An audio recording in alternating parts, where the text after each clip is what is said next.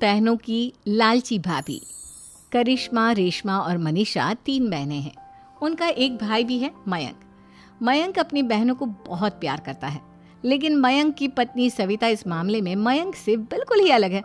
वो अपनी ननदों का जितना बुरा कर सकती है उतना बुरा करती ही रहती है और अपनी ननदों पर हुक्म भी चलाती है।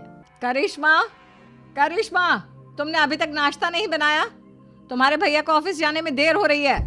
हाँ भाभी, बस अभी बनाती हूँ। करिश्मा, तुम ये ढीलापन छोड़ दो। कल को पराये घर जाना है। वहाँ अगर तुम इस तरह से काम करोगी तो लोग क्या कहेंगे कि माँ ने और भाभी ने कुछ सिखाया नहीं। और तुम्हारी दोनों बहनें कहाँ हैं? अब रेशमा मार्केट गई है और मनीषा सो रही है। क्या? सुबह के 8 बज रहे हैं और ये महारानी अभी भी सो रही है? ये कहते हुए सविता अपनी सास दुर्गा देवी के पास जाती है। माँ जी, देख रही हो अपनी बेटियों के तौर तरीके? क्या हुआ बहू, सुबह सुबह क्या कर दिया मेरी बेटियों ने? अरे एक तो अभी अभी उठकर किचन में गई है, दूसरी सुबह सुबह बाहर चली गई और तीसरी अभी तक सो रही है। क्या करूं मैं इन तीनों का, मैं तो परेशान हो गई हूँ। जा जाकर उठा उसे और रेशमा से मैं बात करती हूँ। सविता सीधा मनीषा के कमरे में जाती है और उससे कहती है, महारानी जल्दी उठो, सूरज सर पर आ गया है। भाभी थोड़ी देर और सोने दो ना, मैं रात को लेट सोई थी। वो क्या ना, यूनिट टेस्ट चल रहे हैं। शराफत से उठती है या नहीं, या फिर पानी की भरी बाल्टी डालूं तेरे ऊपर? नहीं भाभी, मुझे बिस्तर में नहीं नहाना, उठती हूँ मैं। मनीषा जल्दी से उठकर बाथरूम में चली जाती है। सभी आराम से बैठकर नाश्ता कर रहे होते कि तभी रेशमा बाजार से हाथ में सामान लिए आ जाती है। रेशमा को देखते ही सविता उस पर बरस पड़ती है। लो, आ गई महारानी। ऐसा भी क्या सामान लाना था जो सुबह आंख मलते ही बाजार की तरफ रवाना हो गई? भाभी, कल आप ही तो चीख रही थी कि घर का सारा सामान मुझे ही लाना पड़ता है, घर में किसी को भी किसी काम से कोई लेना देना नहीं है। अब मैं बाजार जाकर सामान ले आई तो आपको इस बात से भी तकलीफ हो रही है? देख रही हो माँ जी, अपनी बेटी की जुबान कैंची से भी तेज चलती है। और मयंक, आप तो कुछ कहेंगे नहीं अपनी लाडली बहन को। रेशमा, अपनी भाभी से ऐसे बात नहीं करते। चलो माफी मांगो। भैया, मैं क्यों माफी मांगू? आप भाभी से बोलिए ना कि हम पर कम हुक्म चलाया करे। हम इस घर की बेटियां हैं और आपकी पत्नी की ननद है, नौकरानी नहीं। लो कर लो बात। इनकी भलाई के लिए कुछ भी बोलो तो इन्हें बुरा लग जाता है। इस घर में यही इज्जत है मेरी। देख लो माँ जी, आपकी बेटी किस लहजे में मुझसे बात कर रही है। सविता वहां से चली जाती है। मयंक को बहुत गुस्सा आता है, वो भी वहां से चला जाता है। फिर करिश्मा रेशमा को समझाती है, रेशमा, तुम्हें भाभी से माफी मांग लेनी चाहिए थी ना। लेकिन दीदी, मैंने कुछ किया ही नहीं, तो मैं माफी क्यों मांगू? हाँ करिश्मा दीदी, रेशमा दीदी जैसे ही घर में आई भाभी ही उन पर चिल्ला रही थी।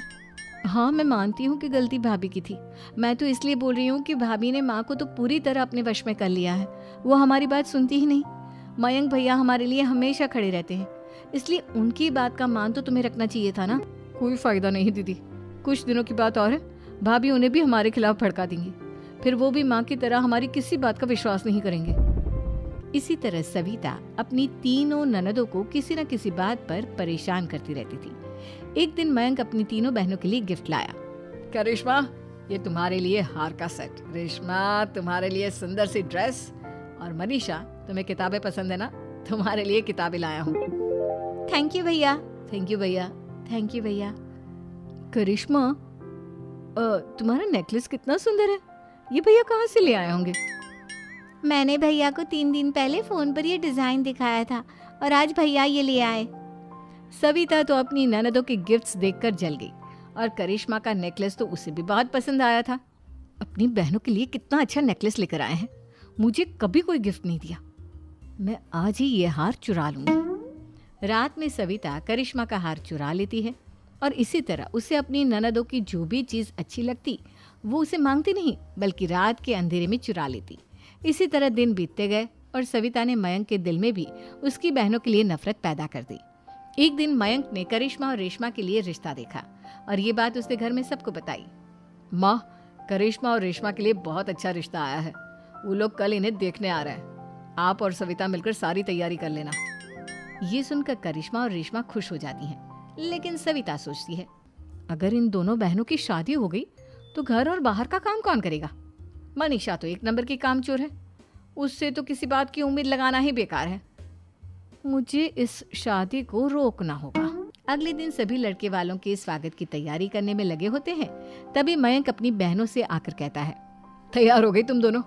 देखो दोनों लड़के बहुत अच्छे हैं, मैं कोई कसर नहीं छोड़ना चाहता, इसलिए तुम उनके सामने अच्छे से बिहेव करना और अपनी भाभी से लड़ने मत लग जाना। करिश्मा, तुम वो नेकलेस पहन लो ना जो मैं तुम्हारे लिए लाया था। भैया मैं बहुत देर से वो नेकलेस ढूंढ रही हूँ, लेकिन मुझे मिल ही नहीं रहा।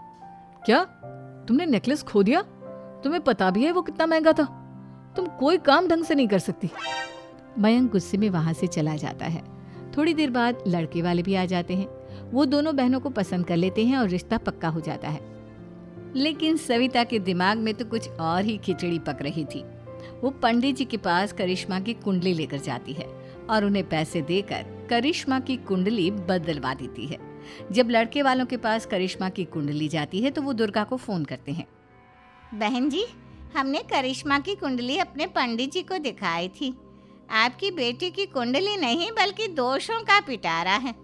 देखिए, मैं और मेरे पति इन सब बातों में बहुत विश्वास करते हैं, इसलिए हम आपकी बेटी से अपने बेटे की शादी नहीं करा सकते। इस तरह करिश्मा का रिश्ता टूट जाता है और सभी घर वालों को बहुत दुख होता है। अब कविता सोचती है, चलो करिश्मा का तो रिश्ता टूट गया, अब रेशमा का भी रिश्ता तोड़ना है। क्या करूं? अब सविता आवाज बदलकर किसी अननोन नंबर से रेशमा के होने वाले ससुराल में फोन करती है। हेलो, मैं कौन हूँ कौन नहीं ये आपके लिए जानना ज़रूरी नहीं। बस इतना सुन लो कि रेशमा का 2 साल से किसी के साथ अफेयर चल रहा है। बस रेशमा का रिश्ता तोड़वाने के लिए सविता का इतना कहना काफी था। अब रेशमा का भी रिश्ता टूट गया। मयंक और दुर्गा देवी ने रेशमा को खूब खरी खोटी सुनाई और उससे बार बार उस लड़के के बारे में पूछने लगे। आप दोनों मुझे क्यों परेशान कर रहे हो? अरे कोई लड़का होगा मेरी लाइफ में तो मैं बताऊंगी ना, जब कोई है ही नहीं तो कहाँ से लाऊं मैं कोई लड़का? तो तेरे होने वाले ससुराल वालों को फोन किसने किया था? माँ मैं नहीं जानती किसने फोन किया था, मैं सच कह रही हूँ। मैं तो पहले ही कह रही थी इसकी लगाम खींच कर रखो, लेकिन मेरी सुनता ही कौन है।